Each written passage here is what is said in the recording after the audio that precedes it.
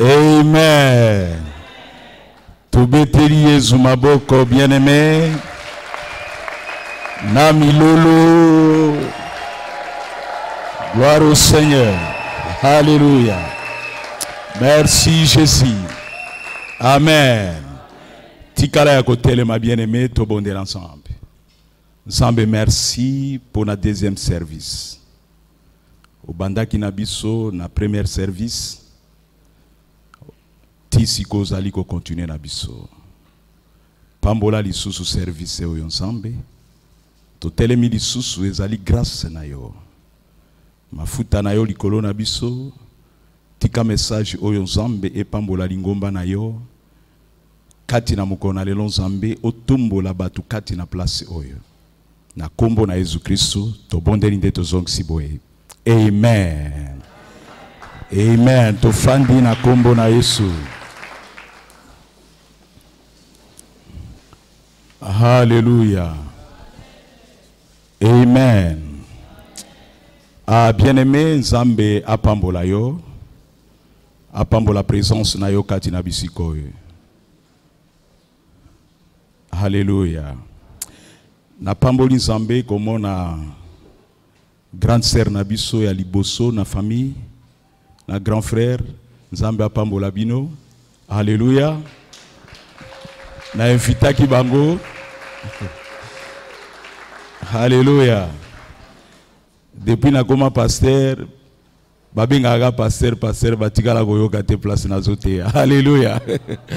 Lelo na invitaki bango ke il faut bosa la grande sœur pe outi aux États-Unis. Toyaki tolandanaki grand frère azalaka awa. Soki na koma ki goma na nzela na ye. Pour lelo nakutana na musali na nzambe papa apôtre Christophe Ngandu. Na nzela na ye kobenga ngai poto fanda place moko na tawana za célibataire. Ti ngai pe nazalaki célibataire. Ti navanda ki nasia makolo na ye to kabwani nga na ye na Goma ya tikali bakote ya Lulimbi. Nzambe apambola présence na bino na journée lelo. Amen.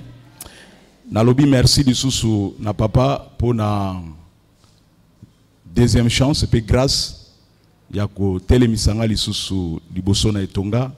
Nzambe a continuer ko pambola yo parce bisika oyo nalobaki yango ke etumbelo ezali terre moko glissante parce soki osali kebate bato mosuba matawa lelo bakita na se mais Nzambe a continuer ko pambola yo na bolingo na yo na nyoso sala pona vi na biso elongo na mama pasteur Safi mama pambola yo mama Fani na nyoso apambola l'église mobimba apambola lingomba mobimba na kombo na Yesu Kristo. Amen.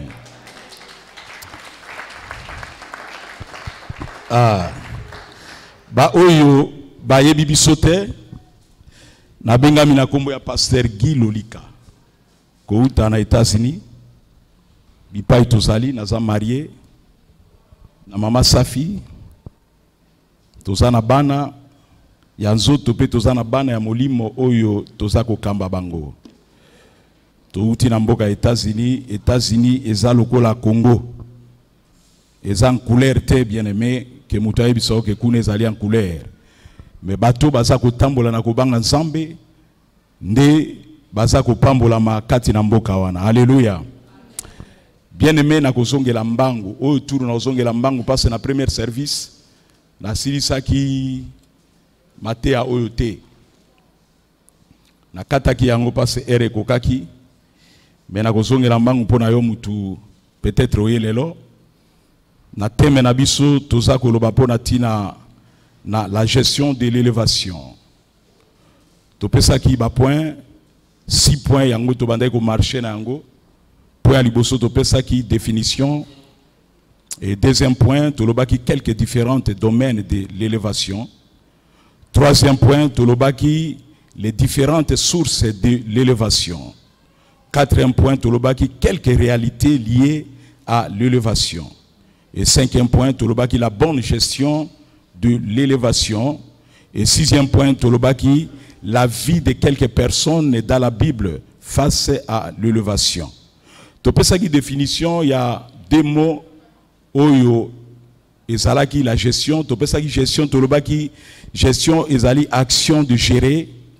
Et puis topesaki élévation, tolobaki que ezali position d'une personne qui la distingue aux autres. Mutu nzambe atomboli azali distingué. Mutu azalaki célibataire parce que tolobaki que libala ezali élévation. Mutu azalaki toloba célibataire tango nzambe apesi libala alongwe na ra yaba célibat donc akomi na marié et c'est une élévation. Tolobaki musala mutu azalaki chômeur nzambe atomboli apesi musala ezali élévation.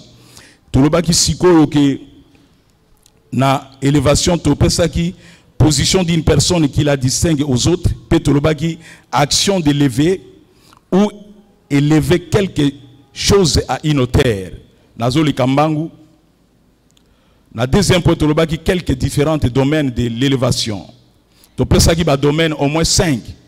Tolobaki pour un domaine de plan social. Nzambe apambolio mutu oyo aza ko pambola bato, aza ko pesa ko kabola.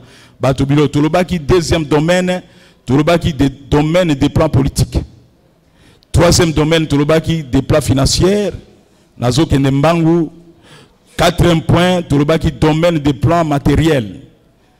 Na cinquième domaine tolobaki des plans ministériels.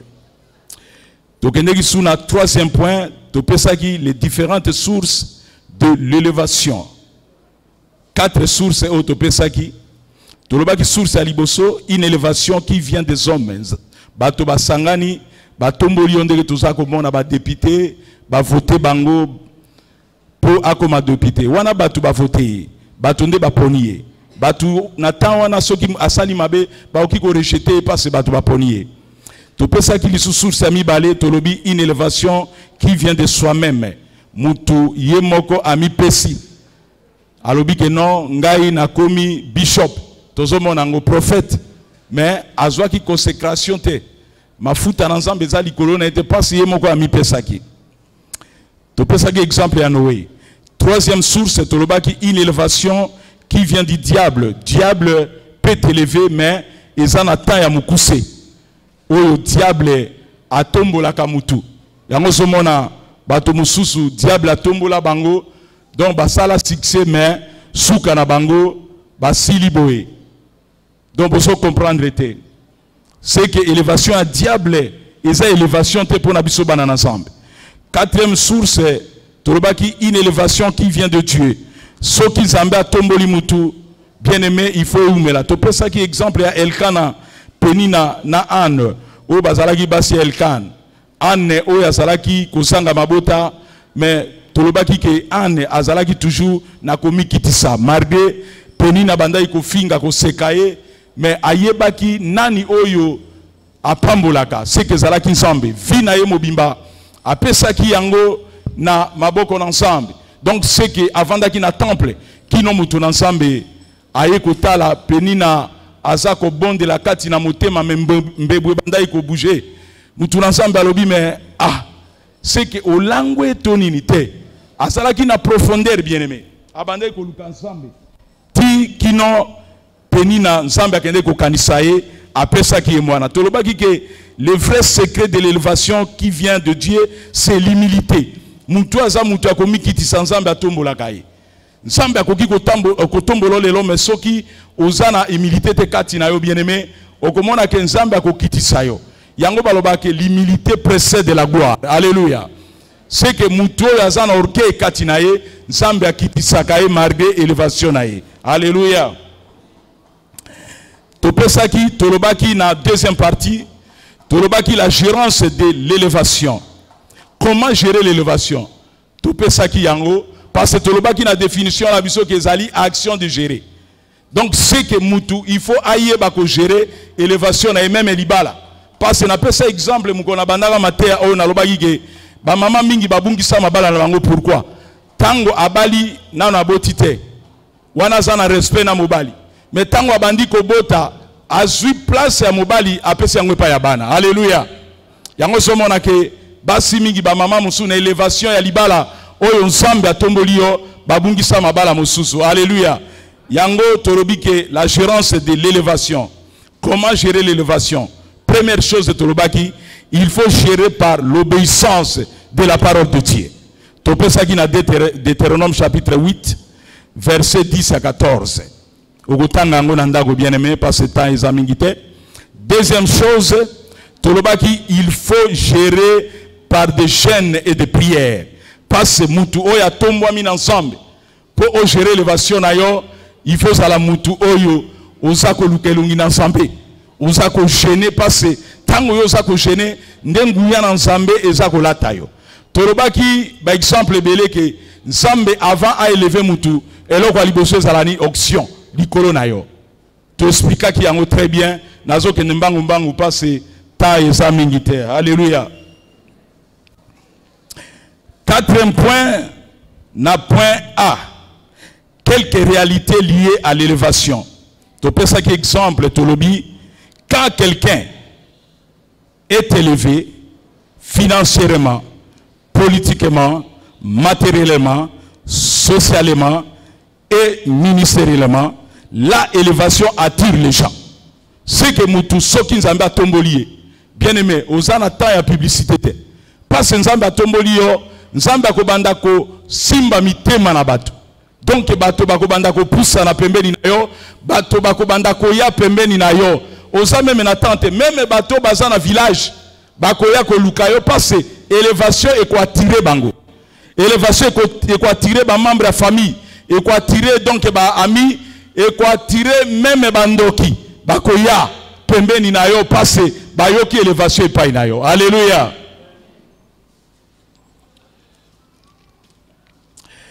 Tolobaki na point B, kaka na quelques réalités liées à l'élévation.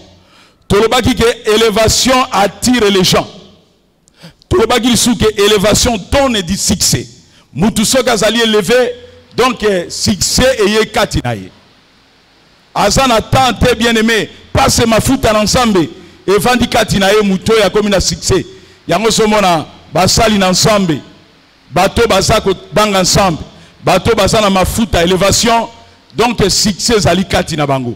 Moutounyo sazana besoin ya komona ye. Alléluia. Tolobaki susu élévation donne l'honneur. Parce que moutounyo nzambe tomboli élévation za kopesa honneur kati na ye.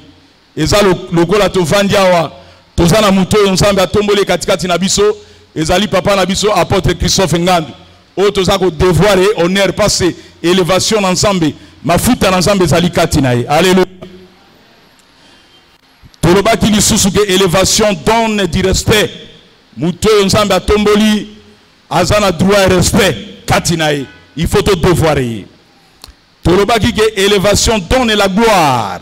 Muto nzambe atomboli tobande komona na pesa ke exemple ya Edina Bala. Tango nzambe atomboli soki azokota na kilte ba mama babande ko tanda maputa na se. Passe à sengela ki lokumu bien aimé. Azalaki mutu oyo nzambe atombola kiye lelo lingomba ya nzambe malamu tikala partout passe nzambe atombola kiye. Alléluia. Tolobaki lisusu ke élévation donne la renommée. Donc renommée bien aimé ezali eloko moko donc c'est que mutu tangu nzambe atomboli sangone ke musika batu bakoyoka e musika na pesa ki exemple ya défunt Mobutu. Renommée ne ezalaki partout. Même bateau bazalaki na Kinshasa te bazalaki na ba village tellement élévation katinaye donc renommé ezalaki même mutu ya tangate maeba ikomo ya Mobutu partout kombo ekomaki parce renommé na esango na ye ekendeki mosika donc élévation ezako pesa renommé. Alléluia. Totangaki na 1 Samuel chapitre 18 verset 5 à 10 tobetaki lisolo ya David ndenge nzambe apakola David mafuta atindaki Samuel pour akende ko oindre mafuta place azalaki nalobaki eloko moke nzambe soki alingi ko tombola mutu eloko aliboso asala nini donc il faut a oindre yo parce auction et ko sala likolo na yango moni ke avant nzambe a utiliser David et sengela ki atinda Samuel pour akende ko oindre apakola mafuta wana ezalaki élévation aliboso. Deuxième élévation tango azui mafuta simana eko bunda na Goliath Bible ezali kolobake nzambe nani Saul akende ko tombola ye ko tia ye comme chef armé yango moni David azwaki problème tango élévation eyei akei na bitumba basi basangani baza koyemba que oh Saoul abundaki akwesi 1000 personnes mais David akwesi 10 000 mais Saoul tango ayokaki Bible ezali koloba ke passe ezalaki na motema donc pourquoi passe azalaki na option ya Nzambe kati na ye pour ce que option ezalaki te akokai kokwesa Goliath te. Alléluia. Yoko tanga na ndako 1 Samuel chapitre 18 verset 5 à 10. Naloba ki solo comment nalobi il faut faire attention et savoir bien que l'élévation est une terre glissante. Nzambe akoki ko tombola yo bien-aimé mais il faut que ça attention. Na premier service to bondele pour na batu. Na ebi ke bien-aimé ba babandaki matea ou même yo ye lelo Nzambe ko tombola yo. Alléluia. Ozali célibataire Nzambe akopesa libala bien-aimé. Naloba ke libala ezali élévation. Nzambe longoli yo na raya ba célibat. Nzambe apesi yo libala. Kobota ezali élévation bien-aimé. Et ça la bato mingi babala me babota te. Nzambe akotombola yo akopesa obana. Ata yo mobali osali awa peut-être basi ba complica kayo mais Nzambe akopesa yo libala. Musala Nzambe akopesa yo. Au nom de Alléluia. Tolobaki que l'humilité précède la gloire. C'est que mutu oyo azali komikitisa Nzambe akosala nini akotombola ye. Tolobaki lisusu na point 2 tolobi la grosse erreur d'élévation sont de mépriser vos aînés. Donc bato mosusu Nzambe atombola bango babosana ba papa na bango ya molimo. Babosana nani atiaka loboko likolo na ye. Bien-aimé ezali erreur munene. Même soki mutu apesi yo musala zala reconnaissant bien-aimé. Même mutu bien-aimé alakisi yo sala business zala reconnaissant. Oyebi reconnaissance bien-aimé. Etika kake non mutu a continuer ko pambolama. Yango so mona ke bato mingi lelo mafuta na Nzambe longwa likolo na bango pourquoi? Ba méprisa oyo bazalaki ba papa na bango ya molimo. Ba ene oyo Nzambe atombola bango liboso. Mais bien-aimé na yebi ke erreur oyo ekokoma kati na yote. Tokendeki na troisième partie tolobaki la gestion de l'élévation. Tolobaki na quatrième point si la réalité liée à l'élévation. Tomeka ko toucher point sixième point oyo zali koloba élévation donne la renommée. Alléluia. Toyokaki lisolo ya toyokaki lisolo oyo salaki lisolo ya Samson. Tomekaki kotanga yango na 1 Roi chapitre 10 verset 1 à 7. Toyokaki mwasi oyo soki motangi azala tangela biso na nombangu please. 1 Roi chapitre 10 verset 1 à 7. 1 Roi chapitre 10 verset 1 à 7. Nous lisons au nom de Jésus. La reine de Saba a pris la renommée que possédait Salomon à la gloire de l'Éternel et elle vint pour l'éprouver par des énigmes. Elle arriva à Jérusalem avec une suite fort nombreuse et avec des chameaux portant des aromates, de l'or en très grande quantité et des pierres précieuses. Elle se rendit auprès de Salomon et elle lui dit tout ce qu'elle avait dans le cœur. Salomon répondit à toutes ces questions et il n'y eut rien que le roi n'ait su lui expliquer. La reine de Saba vit toute la sagesse de Salomon et la maison qu'il avait bâtie, et les mets de sa table, et la demeure de ses serviteurs, et les fonctions et les vêtements de ceux qui le servaient, et ses échansons, et ses holocaustes qu'il offrait dans la maison de l'Éternel. Or, d'elle-même, elle dit au roi, c'était donc vrai ce que j'ai appris dans mon pays au sujet de ta position et de ta sagesse. Je ne le croyais pas avant d'être venu et d'avoir vu de mes yeux, et voici, on ne m'en a pas dit la moitié. Tu as plus de sagesse et de prospérité que la renommée ne me l'a fait connaître. Amen. Alléluia. Awa toyoki poda Salomo. Bien-aimé, tango Zamba eko tombo la Salomo. Bible zali koloba ke sangona ekendeki musika. Donc la reine de Seba ayoka ki renommée parce que sagesse nae lo lenge nae ba bia zalaki na yango kino ekende ko toucher reine de Seba place azalaki.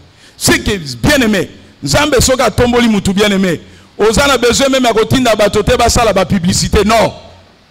Juste élévation na yo bien-aimé, Nzambe a touché yango bato. Yango so mona ke ezana bato mosusu même ba ye na mera.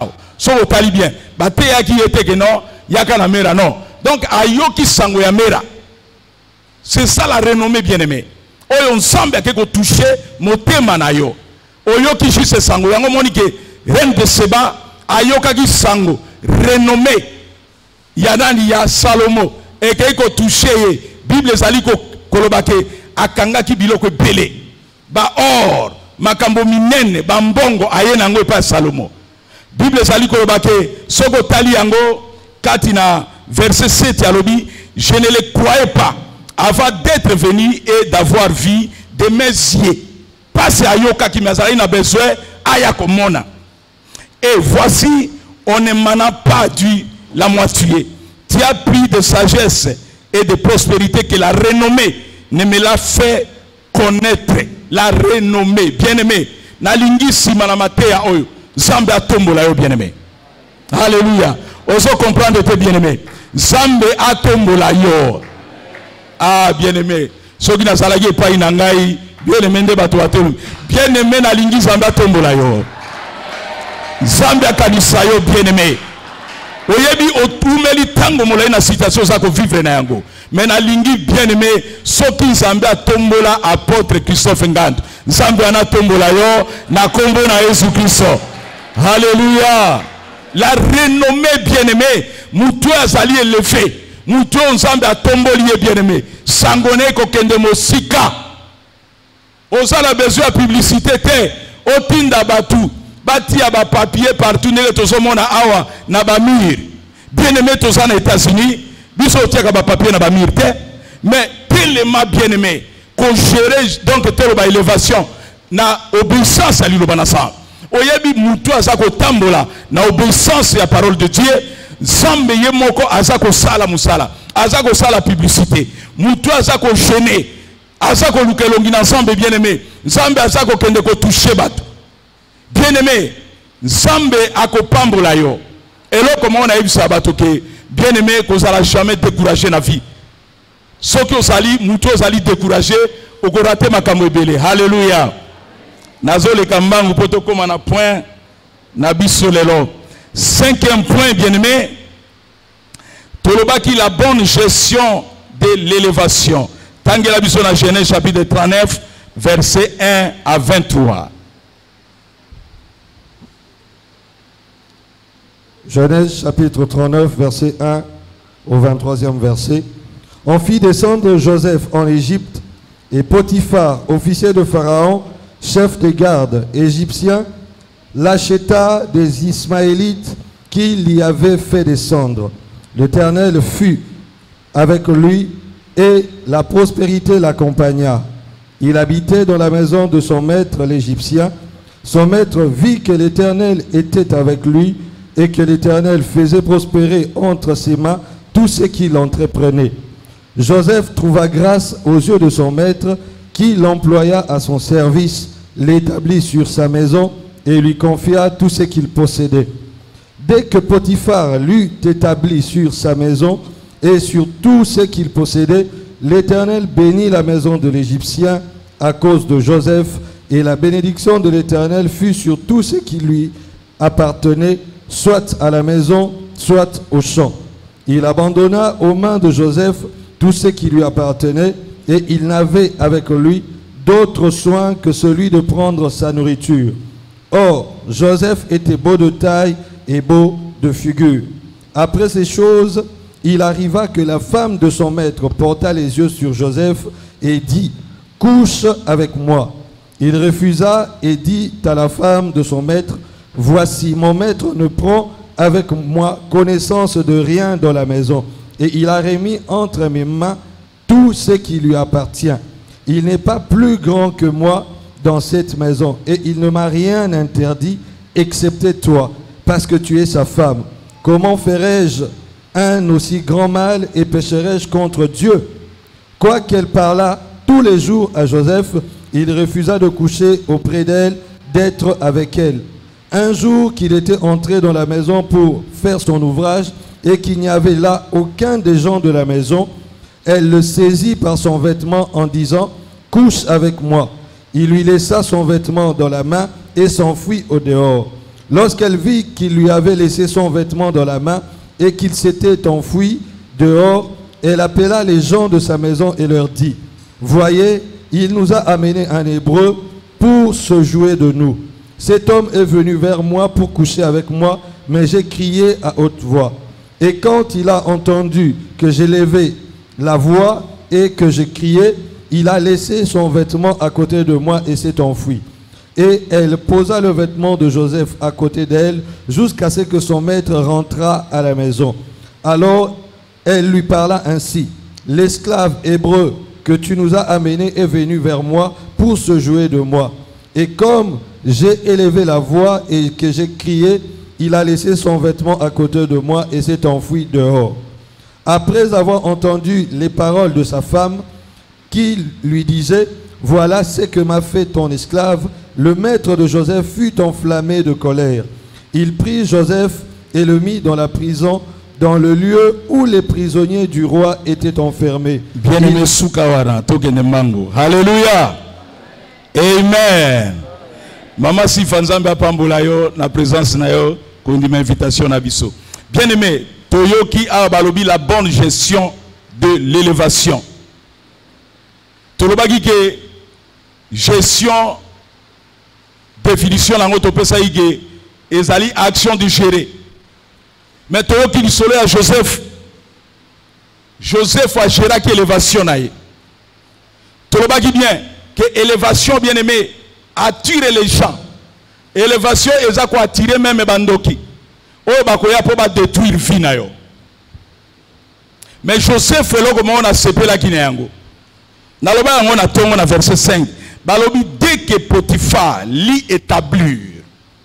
Bien-aimé, il faut faire attention na mutu oyo Nzambe a établi. Mutu oyo Nzambe a implanté parce que sokotali synonyme ya établir. Okomona ke ezali implanté fixé. C'est que mutu oyo Nzambe a fixé. Il faut faire attention na bien-aimé.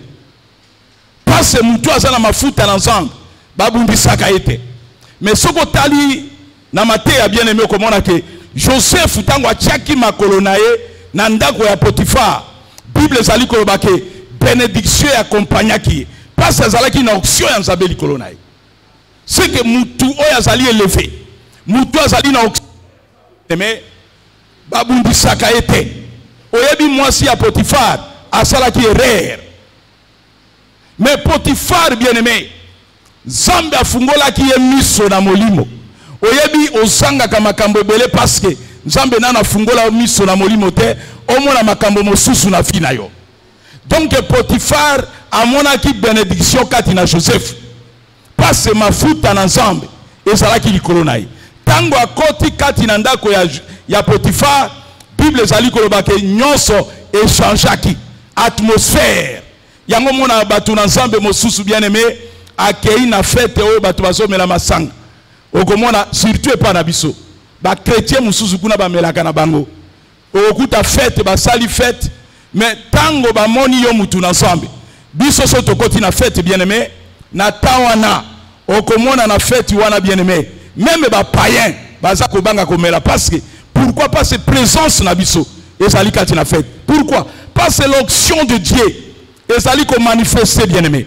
L'onction o ezali likolo na yo mafuta oyo Nzambe atie kati na yo bien-aimé. Yango monaka ata mwasi mosusu tango abali bien-aimé aye ko changer atmosphère ya ndako. Ndako wana babande ko négliger yango mais mwasi wana amemi onction oyo Nzambe atie kati na ye. Donc c'est que apesi mobali valeur.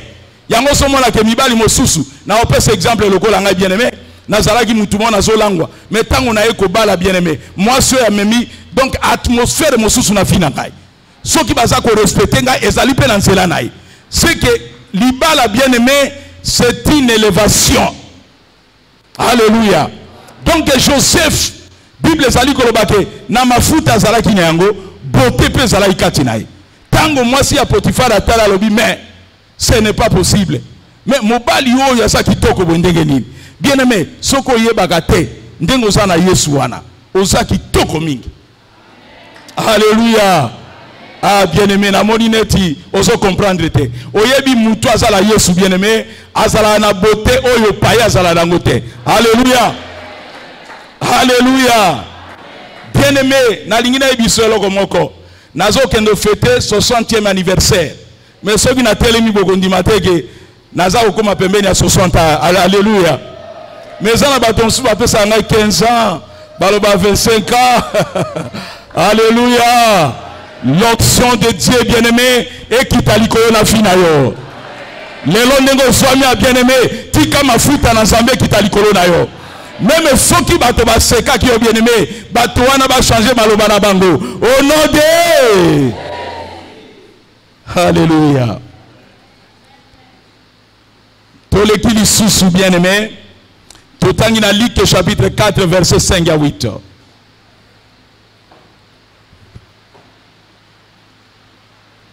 Luc chapitre 4, verset 5 au 8e verset.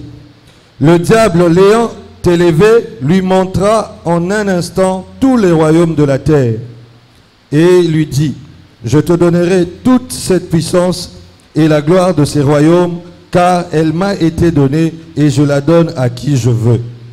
Si donc tu te prosternes devant moi, elle sera toute à toi. Jésus lui répondit, il est écrit, tu adoreras le Seigneur ton Dieu et tu le serviras lui seul. Amen. Alléluia. Awa Yesu, tatation ya Yesu liboso ya diable bien-aimé. Naloba ke lo moment nalobi élévation donne du succès, la gloire, respect, l'honneur, attire les gens. Mais démon aye liboso na Yesu, asa ko yebi se makambo Yesu apesa. Bien-aimé, oyebi Satan bien-aimé akoki ko élever yo metamu kuse bien-aimé. Mais Nzambe soka tomboli mutu bien-aimé, soko sali masumu te. Élévation na yo kokende musika. Renommé bien-aimé et commément musika.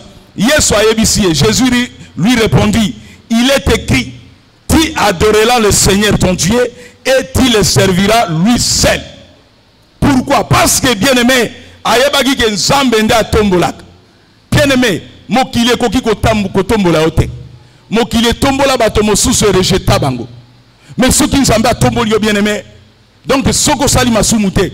Okomona élévation ekoumela kino liwa, kino mukolo Yesu akoya. Mutu Nzambe atomboli bien-aimé, remaniement ezala te.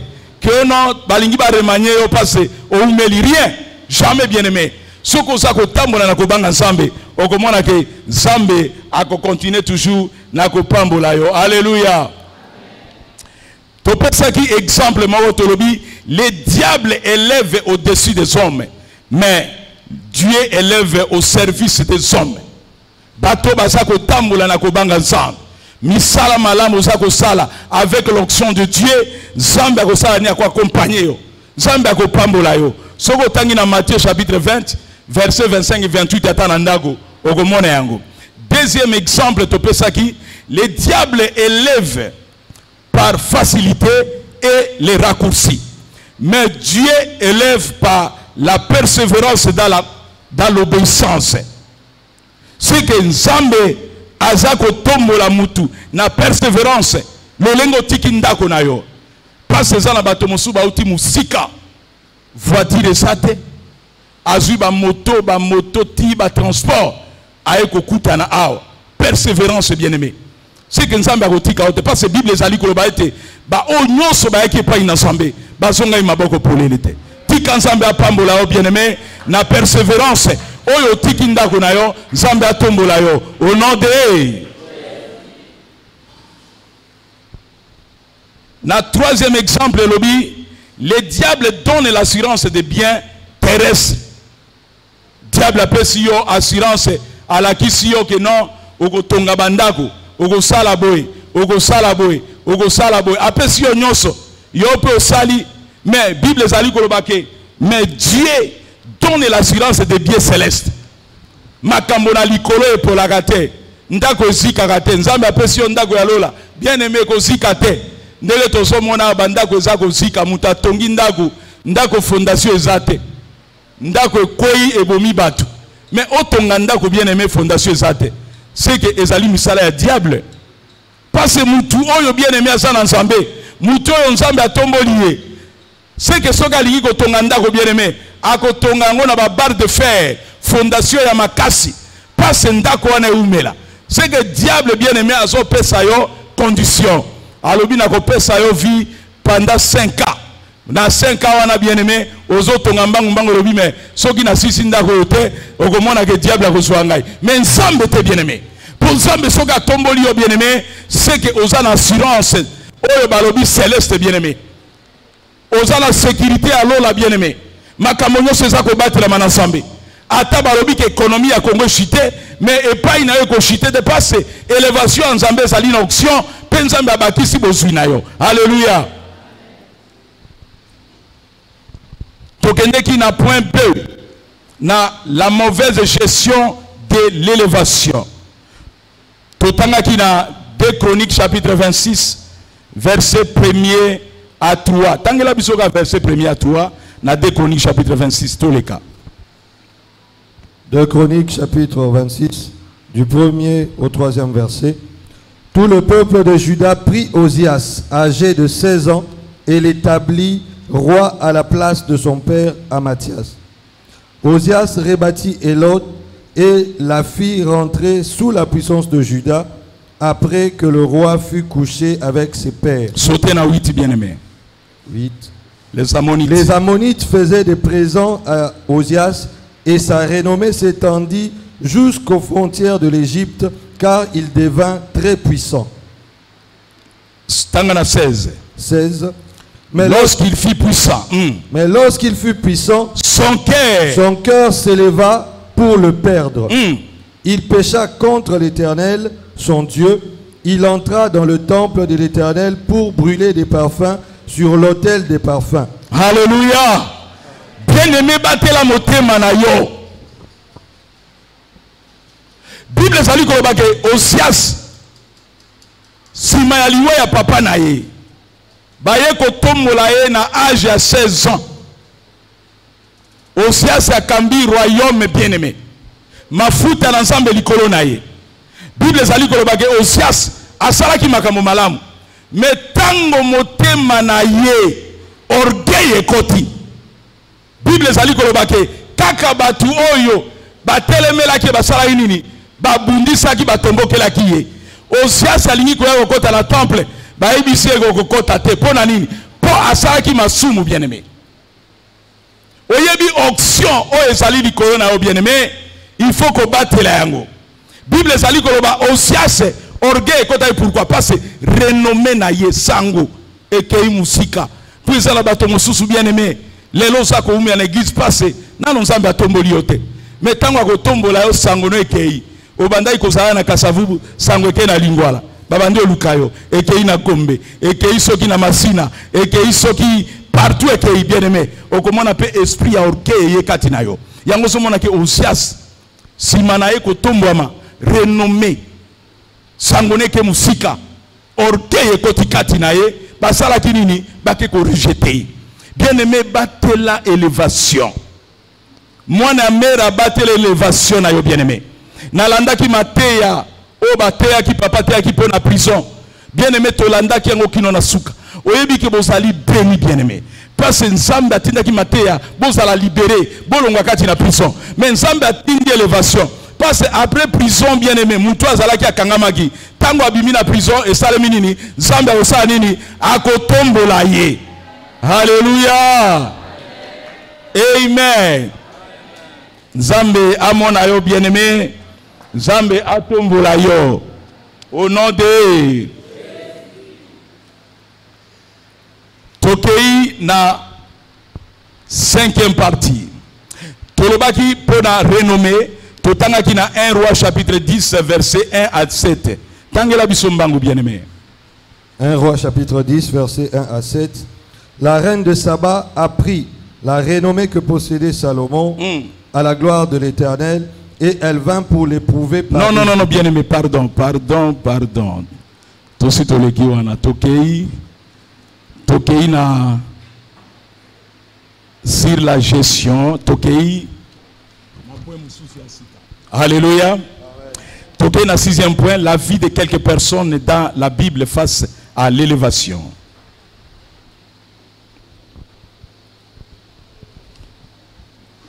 Bina Juge chapitre 6 verset 12 à 19. Juge chapitre 6 verset 12 à 19. L'ange de l'Éternel lui apparut et lui dit: L'Éternel est avec toi, vaillant héros. Gédéon lui dit: Ah mon Seigneur, si l'Éternel est avec nous, pourquoi toutes ces choses nous sont-elles arrivées?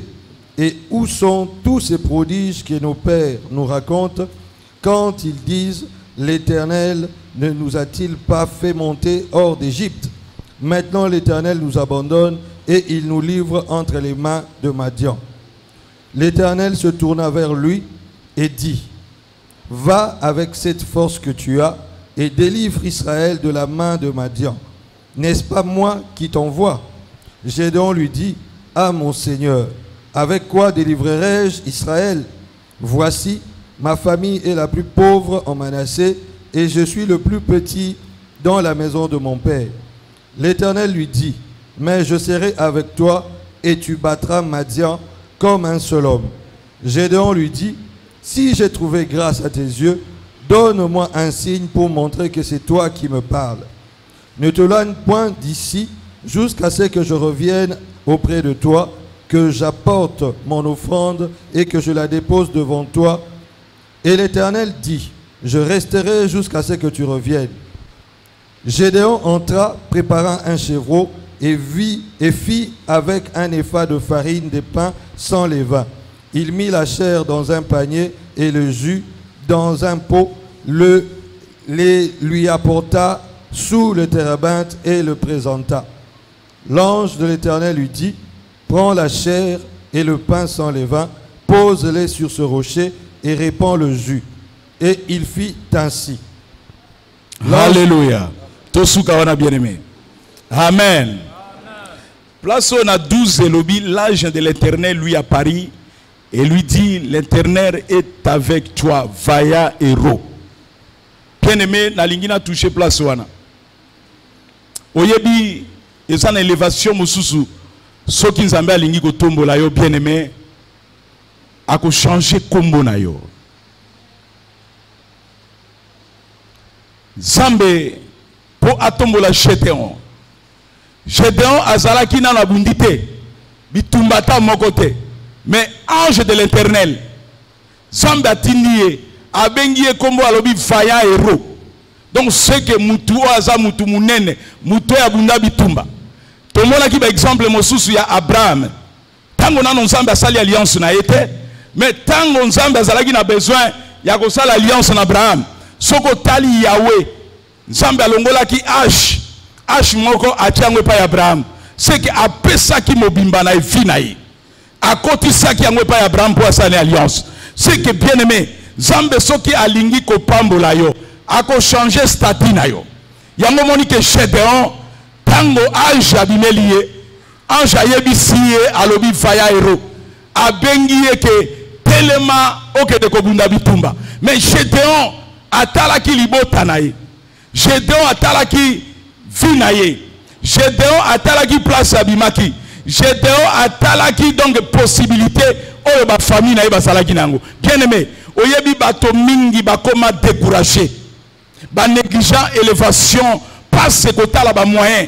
Bien aimé, et pas une ensemble à koki ko tombola yo na niveau sali penzamba ba kisi bozuli kolona yo. Yango mona bato mosusu tango asako ya même en église. Asako mona bato mosusu asako témoigner ya sa wana bibon to yaki ko tika bango te bien aimé. Oyaki ko tika mutu te passe temps yo sako pema. Passe nzambe azana besoin na yo. Alléluia. Amen. Bien aimé, to komi na États-Unis ndeko moko papa moko ya mukolo, c'est un professeur. Tango tokomi fête ya liboso tokota na Phoenix, un frère Roger azan église amema biso na mutuka ngai na passer bana bazalaki mike toke na fête ezalaki ya fin de l'année.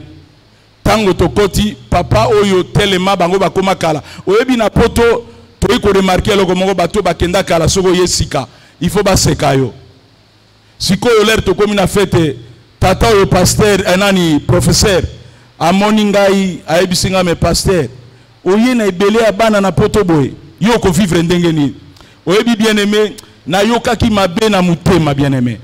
Nayoki eloko zo bisanga ke répondre ye parce akene ndenge wana te. Na tuni tato na lobi me bana oyo place nga na uti na Afrique. Yo muto bando boko la bango. Ngai kaka mutu na boko la bango, même so ina na bango. Et ce problème ne salini. Alléluia. Mais papa yo lelo oyo bien-aimé. Soki likambo eza na Phoenix. Il faut abattre ta téléphone pour nous contacter biso. Alléluia. C'est que bien-aimé, bato ba négligea yo. Nalingi Nzambe a tombola yo bien-aimé. Nalingi Nzambe a changé statut na yo. Nalingi Nzambe a changé niveau na yo bien-aimé. Bato ba seka ki yo bien-aimé, bato ba finga ki yo, ba changer kombo bien-aimé. Yango so mona ke Nzambe abenga ki Gédéon Faya héros. Bien-aimé Nzambe soka lingi ko pambola mutu bien-aimé, élévation, Nzambe a changé ka kombo. To mona ki Jacob tango akutali ensemble. Nzambe a changé ki kombo abenge Israël. Tika lelo bien-aimé, Nzambe abengo Israël bien-aimé. Ozala Israël ya libota na bino. Ozala Israël na vie na yo bien-aimé. Partout yo ko kende bien-aimé Nzambe apambola yo. Partout yo konyate pesa mela pona yo bien-aimé. Ata yo mutokoti ya usa malade bien-aimé, osonga modèle ya kite. Ata balobaki ke yo ko bala te bien-aimé, Nzambe apesa olibala. Au nom de bien-aimé Gédéon alingaki a se décourager. Kino Gédéon asenga ki signe. Pour ezana bato ya modèle wana. Nzambe asa tomboli me Nzambe la kisanga isigne. Nzambe la kisanga soki mobali aza ya ngai. Nzambe la kisanga soki mwasi aza ya yo. Bien-aimé, Nzambe asa la kisiyo. Nzambe asa pesi yo bien-aimé. Ezali siko yo sa l'action. Si malako sa l'action bien-aimé, oyeba comment ya ko gérer élévation wana. Oyeba comment ya ko gérer libala na yo. Oyeba comment ya ko gérer musala na yo. Alléluia. Tika Nzambe na lola pambola yo bien-aimé. Tolobi la vie de quelques personnes dans la Bible face à l'élévation. Deuxième personne bien-aimée, Tosolola qui pona Noé. Tanga lisuna Noé chapitre 8, verset 6 à 21. Tanga na Genèse, chapitre 8, verset 6 à 21. Genèse chapitre 6, chapitre 8, verset 6 au 21e verset.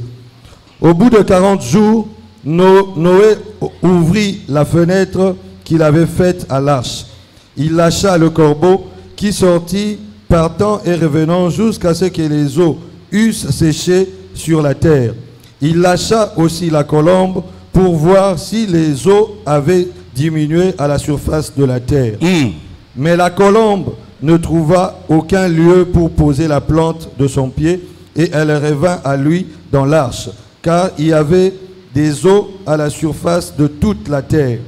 Il avança la main, la prit et la fit rentrer auprès de lui dans l'arche.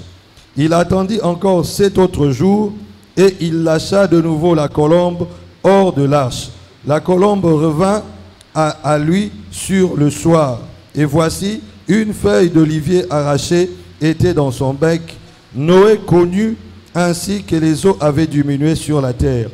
Il attendit encore 7 autres jours et il lâcha la colombe. Mais elle ne revint plus à lui. L'an 601, le premier mois, le premier jour du mois, les eaux avaient séché sur la terre. Noé ôta la couverture de l'arche, il regarda, et voici la surface de la terre avait séché. Le second mois, le 27e jour du mois, la terre fut sèche. Alors Dieu parla à Noé en disant, « Sors de l'arche, toi et ta femme, tes fils et les femmes de tes fils avec toi.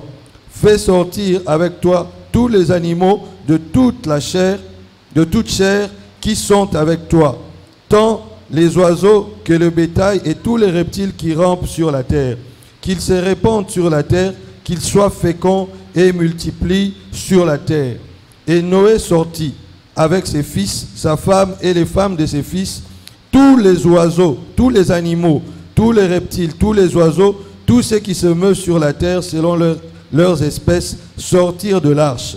Noé bâtit un autel à l'Éternel. Il prit de toutes les bêtes pures et de tous les oiseaux purs. Il offrit des holocaustes sur l'autel.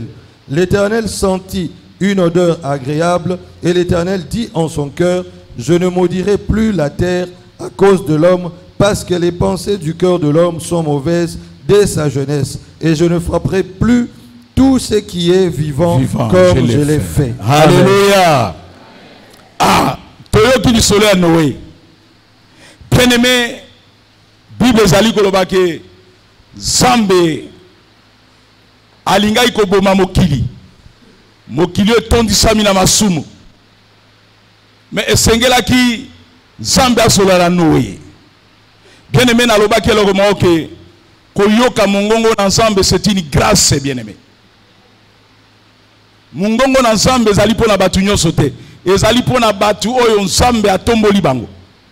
Parce que Nzambe kobenga Noé ezali déjà élévation. Pour Noé yoka mongongo. Bien-aimé na pesaka témoignage. Na lobi ngai basalanga ba examen ba lobi naza na cancer. Na kei batininga epa ya ba spécialiste. Na komi basali ba examen. Mais jour baso pesa ngai résultat. Bien-aimé, oyebi cancer soki mutu ba ebisio déjà. Il faut ça là déjà au koma mikanda. Ba bako tikala. Bien-aimé, nazala ina confiance ensemble. La ligne ebiso loko moko. Ba médecin bakoki koyebisa situation na yo bien-aimé. Ba lobi ko sa malade bien-aimé. Mais soko sa mutu za ko bonde l'ensemble. Kozala nano décourager te. Batela bon sambe bien-aimé. Mukolo basalinga ba examen, il fallait na kende ko soit réponse bien-aimé. Na komi na réception bakoti singai na chambre moko pona zela arrivé à médecin. Après 10 ou 15 minutes, médecin à koti. Na ba document na maboko. Avant kota bien-aimé, nazongi sima. J'ai senti la voix. Voix eza ko bima espace bien-aimé.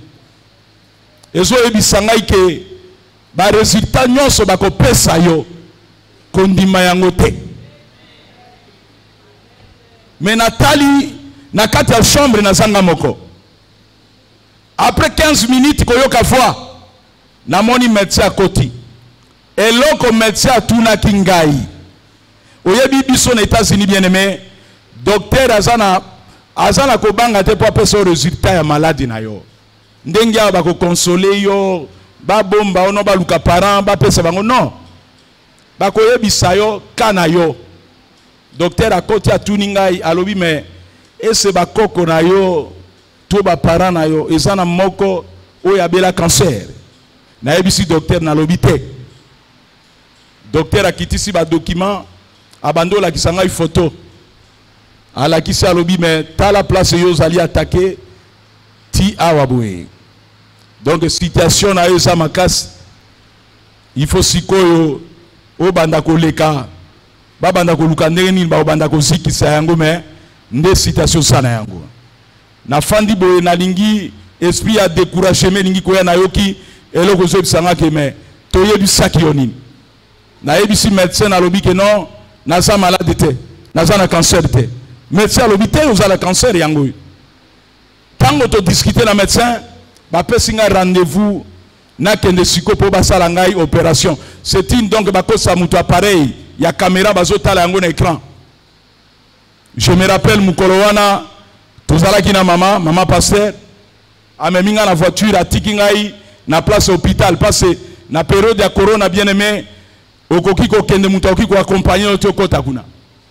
Mais tant qu'on a koti bien-aimé, ba koti singa na chambre, balobi na déshabillé bilamba na zala inango, balati singa robe moko na lali na mbetu bien-aimé.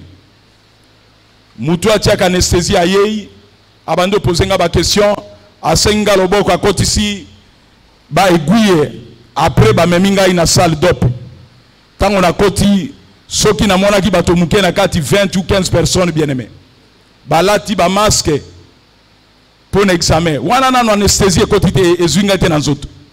Après na vandi ba yeko connecter mai nzoke ezalaki pe anesthésie na ndenge na zwaki pongi na yebaki te. Ti na yeko se retrouver na chambre oyo place na zalaki. Na yoki mungongo ezobenga ngai. Guy yobenga nga na anglais. Guy, wake up. Alobi Guy lamuka. Siko na musika, na fatigue et anesthésie. Na lamuki logwa na pongi, na fungola miso na moni même médecin. Oye appelle ça un résultat. Azo bisanga ike guy, good news. Alobi bonne nouvelle.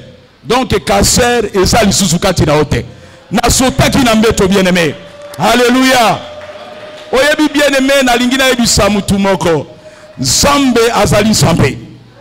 Tango nzambe azako pesa autant bien-aimé. Marde ba médecin balobi ke kobika te bien-aimé, mais Yesu abiki saka bien-aimé. Tika Yesu a touché mutu moko sa malade lelo. Ata ba docteur ba ebisa ke kobika te bien-aimé, nzambe a touché yo. Nzambe a touché malade na bien-aimé. Oyebi tango na telemi a ebisinga ke lata bilamba na lati. Alobi mais siko to sa ko benga mwasi na yo. Ba téléphoner ye, aye na voiture, na sortie à place tozalaki, a memingai. Tango na yeko kota kati na voiture, na bandi ko ebisa ma passer na lobi oyebi bakanganga na cancer. Na ebisa ka mama te. Alléluia. Alléluia. Bien-aimé, élévation ezali eloko mosusu bien-aimé. Ko sakala na élévation te. Il faut ko yeba ko gérer élévation na yo. Oyebi nzambe ayebisi Moïse tango bana Israël bazalaki na esclavage bien-aimé. Tango babimaki nzambe ayebisi Moïse pona komema bango na Kana. Ayeba ike batu oyo lere ba okoma na Kana bakokima nzambe. Bakobosa na nzambe. Mais nzambe ayebisi Moïse cela na tanga muke. Alobi garde-toi d'oublier l'internet ton Dieu, au point de ne pas observer ses commandements, ses ordonnances et ses lois que je te prescris aujourd'hui. Et ça dans verset balobi, prends garde que ton cœur ne s'affle. Prends garde bien-aimé. Oyebi simana nzambe ko pambola yo. Bato mingi ba bimisa motema na bango. Pas nzambe atomboli. Mais nzambe amoni ke bana Israël bazo kende place miel. Place mafuta ezali. Place bako vivre bien. Mais nzambe ayebisi bango ke yebisa bango bakeba. Tango bakolia bien, tango bakoyoka musique, tango bakola na bandako bien, yebisa bango babatela mitema na bango. Ke mitema na bango elongwa te epai na nzambe. Yango moi na bandeko pesa verset moko na Proverbe chapitre 4 verset 23. Bible sali koloba ke to batela mitema na biso koleka nyonso bien-aimé. Nzambe akoki ko pambola yo, mais faites attention avec l'élévation. Parce l'élévation bien-aimé et même bato mosusu na kufa bien-aimé. Il faut qu'on yeba ko gérer yango. Même libala na bien-aimé nzambe ko pambola yo, il faut oyeba ko gérer. Okobala ministre, okobala bato minene bien-aimé, mais il faut gérer ces ala. Kolobate ke non loko na zui libala ngai na bosani nzambe te. Yango moni ke nzambe ayebisi Moïse ayebisa bana Israël. Pour bana Israël souffrance ezali. Oyebi kati une église bien-aimé, toyaka une église poto lukavi. Tozana ba problème ebele. Tozana ba situation ebele. Mais tango toye pa ina ensemble, tozolele l'ensemble tolobi mensambe, pambola ngai. Tomona kango bien-aimé, bato bazana Afrique, nana ke na poto te. Asa kolela l'ensemble alobi mensambe, pambola ngai. Soki na komi na poto na ko salela yo. Mais ba koma na poto bien-aimé, ba koma na États-Unis, bato bazalaki ba pasteur. Bato bazali misala basali na nzambe minene lelo yo bien-aimé sango na bango yo kana isute mais nzambe azo yebisa yo lokola mwana nzambe yo muto sawa bien-aimé alobi garde ton cœur batela motema na bien-aimé passe na motema nde loko nyonso bimaka na motema nde bien-aimé bolamo bimaka na motema nde mabe bimaka mais soko ko batela motema na yo après élévation na yo okomona nzambe akopambola. Alléluia. Tika nzambe na lola apambola biso lelo tokomi déjà erekoki nzambe na lola abakisa mafuta epai na yo totelemi likolo bien-aimé telema likolo bien-aimé nzambe na lola apambola yo soki ozwami awa bien-aimé yaka liboso bien-aimé tokobondela mpo na yo yaka liboso pusana liboso soki oza malade situation c'est ça que tungisa ya kaliboso. Pour ça na bien aimé, tolingi to bonder ensemble. Tout égali juste dans quelques minutes bien aimé.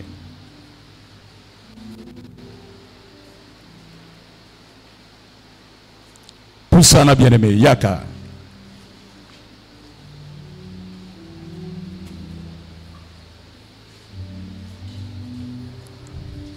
Alléluia.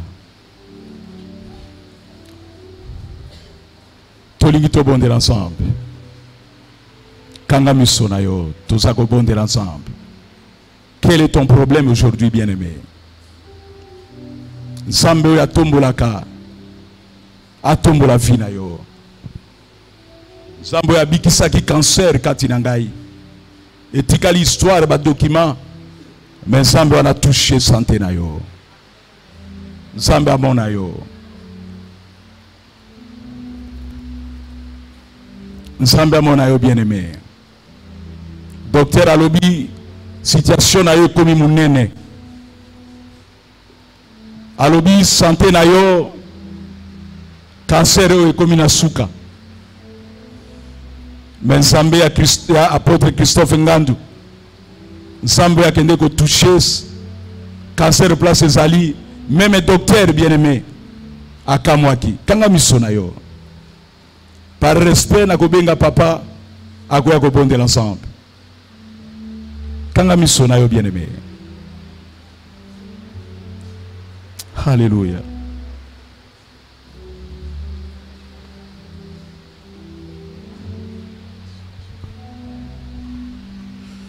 Simba place malade ezali. Na liloba oyo toyoki na témoignage. Bible lobi tolongi ye na nzela ya témoignage. Na kombo na Yesu Kristo. Kolo topesio merci. Pona liloba na yo libéré na nzela na mosali na yo. Ochindi liloba po ebikisa po ekangola. Liloba écrasé maladie nyonso, infirmité nyonso, kati na nzoto na mutu moko na moko. Na kombo na Yesu Kristo, milimo nyonso ebombana kisima ya maladi, to infirmité, ekende musika ebima na kati na yo libere yo. Loboko na Nzambe, oye simba ki Docteur Guy kobikise na cancer ezali mokosete esimba yo pelelo ebikiso na maladi wana mikuwa maladi ya mutu maladi ya motema maladi na libumu maladi na misu maladi na misuni na mikuwa na misisa na michopo na yo na mai na makila maladi wana ekokana kokufa lelo et disparaître. Ndenge cancer disparaîtra ki na kati na nzoto na pasteur Guy. Na kombo na Yesu Kristo.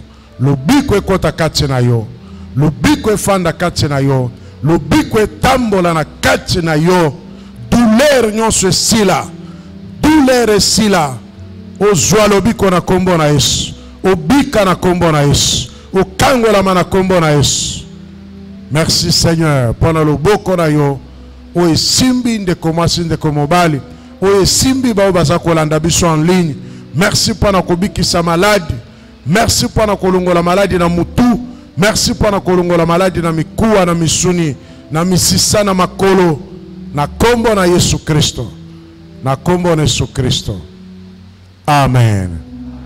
Betela Yesu maboko makasi.